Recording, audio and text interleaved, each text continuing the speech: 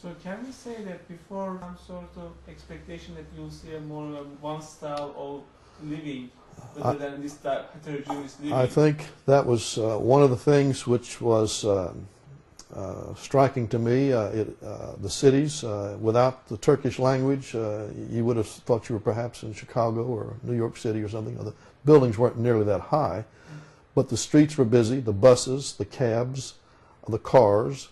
It looked very much like a Western town. Now, one of the things that I did think was kind of striking, I've been in other cities outside the United States where they had Pizza Huts, Kentucky Fried Chicken, and a lot of the fast food places. I only saw one or two McDonald's, maybe one or two Burger King places.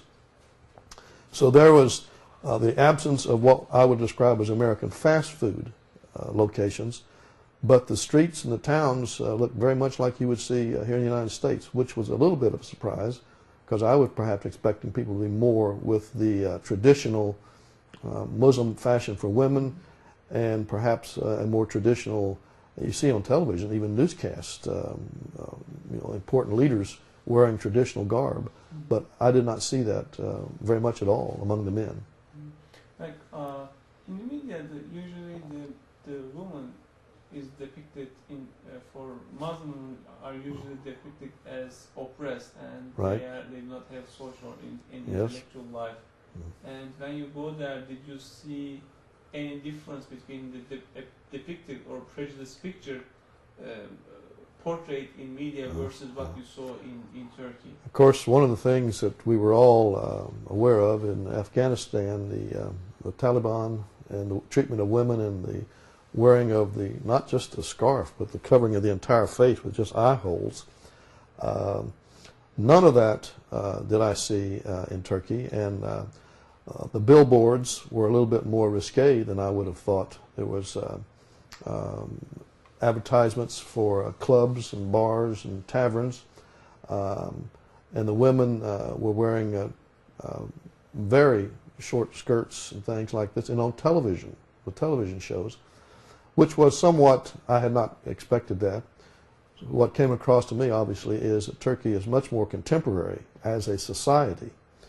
At the same time, the strong commitment to Islam, because the group who was bringing us over, the Institute for Interfaith Dialogue, very much supports private schools, and they have high standards for their teachers, not just subject-wise, but in personal behavior, which are tied to Islamic requirements. So that would have been one of my surprises. I did not see or experience what looked to me like women being treated as second-class citizens in the society and the culture. Everywhere I went, there was a mixture of women on the streets. Again, the variety of fashions. So I did not, for me, it was an eye-opener to get a little bit beyond some of the things I had read about and what I expect, what I'd been seeing on television. But clearly, Turkey is not in the mold of the fundamentalist approach to Islam.